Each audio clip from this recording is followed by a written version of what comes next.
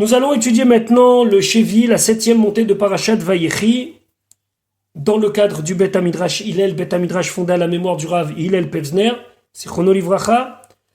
Notre étude commence au Perek Nun, au 50e chapitre du livre de Bereshit, Pasuk Raf Aleph, et notre étude conclura tout le livre de Bereshit. Donc c'est encore les paroles de Yosef à ses frères. Ve'ata, et maintenant Altira, ou n'ayez pas peur. Anochi, achalkel, je vais vous nourrir, etrem, vous, vet tapechem, et vos enfants, vainachem otam. Alors textuellement, il faudrait traduire, il les a consolés, mais ça veut dire plutôt il les a rassurés. Vaidaber al libam, et il a parlé à leur cœur, ça veut dire des choses qui sont des choses rassurantes. Rashi, vaidaber al libam, dvarim, des choses amitkabelim al elev, qui sont acceptées par le cœur, ça veut dire qui rassurent le cœur. Deux choses, Rashi va dire. La première, voilà ce que Yosef a dit à ses frères.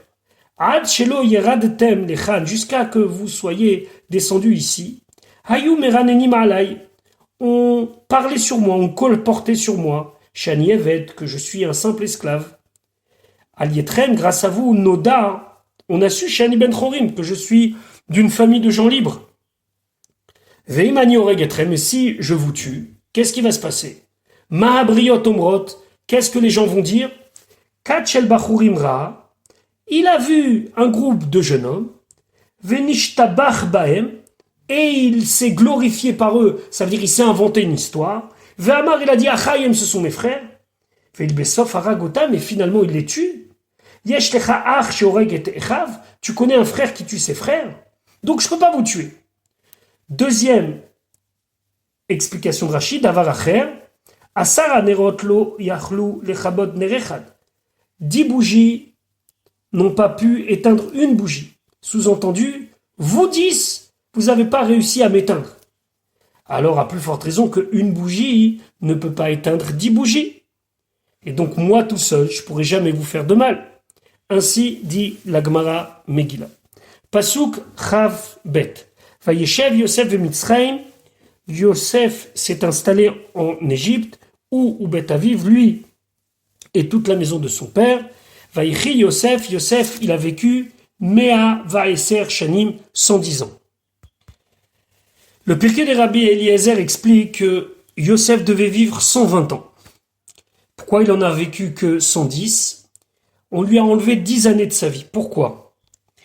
Lorsque les enfants de Yaakov, avant qu'ils comprennent que Yosef, c'était Yosef, ils ont pensé parler au vice-roi d'Égypte. Et à chaque fois, il lui disait « Avdecha avinu » ton serviteur, notre père. Veshatak. Et il s'est tu. Shtika keoda adamia. Se taire, c'est comme reconnaître. Ça veut dire qu'il a accepté par 10 fois à ce qu'on dise que son père, c'était son évêque, c'était son esclave. À cela, on lui a enlevé 10 années de vie. Maftir, Pasuk Rav Gimel, Vayar Yosef, les Ephraim. Yosef a vu, concernant Ephraim, son fils, Bene Shelishim, les garçons de la 3e génération. Donc, il a vu Ephraim, ses enfants, ses petits-enfants et les arrière-petits-enfants.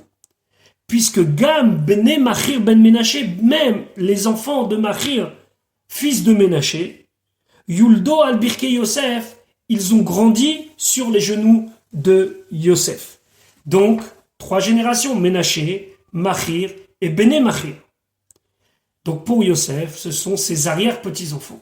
Al-Birke Yosef, qui est Targumo, comme le Targum l'explique, Gadelan ben Berachav, il les a fait grandir entre ses genoux. Certains expliquent qu'il était même le Sandak, puisqu'il a porté les enfants sur ses genoux. Pasuk Rav Dalet, Vayomer Yosef el Echav. Yosef, il a dit à ses frères, Anochimet, je m'apprête à mourir. Velokim, et Dieu, Pakod Yifkod Etrem, va se souvenir de vous. Ve'ela Etrem, il vous fera monter Mina Haaretz Azot, de cette terre-là. Elle a Haaretz vers la terre. Asher Nishbal et Avram, qu'il a juré à Avraham, les Yitzhak ou Yaakov, à Avram, Yitzhak et Yaakov. Pasuk Rav E, Vayeshava Yosef.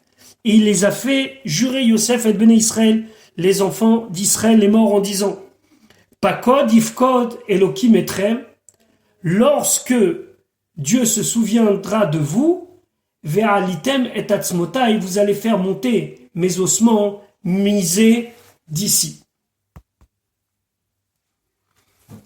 Le Baal HaTurim m'explique pourquoi Yosef a mandaté ses frères et pas ses enfants de l'enterrer en Eretz Israël.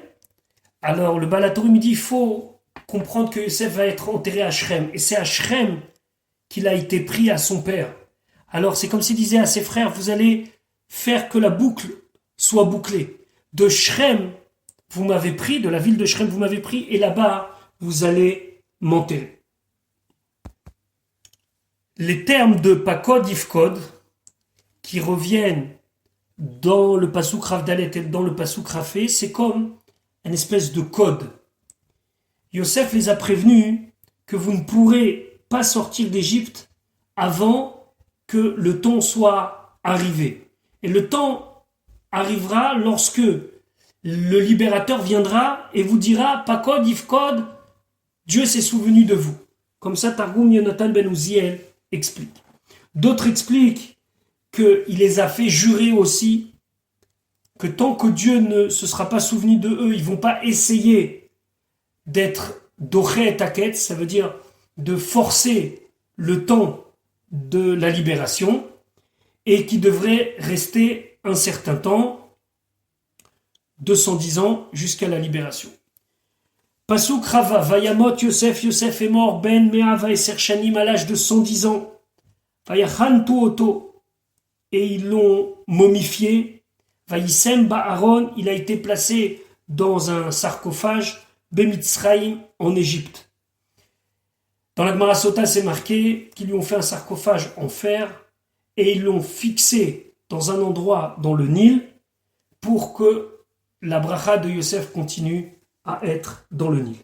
Voilà, nous avons terminé le Sefer Bereshit, et comme la tradition le veut, lorsque nous allons finir la lecture, nous dirons tous ensemble Chazak, Chazak, Venit Chazek. Fort, fort et renforçons-nous, Bezrat Hashem, pour l'étude du Sefer Shemot que nous commencerons dès dimanche. Shabbat Shalom ou Shavua Tov, selon le moment où vous allez écouter ce post, et Bezrat Hashem à dimanche pour le début du livre de Shemot.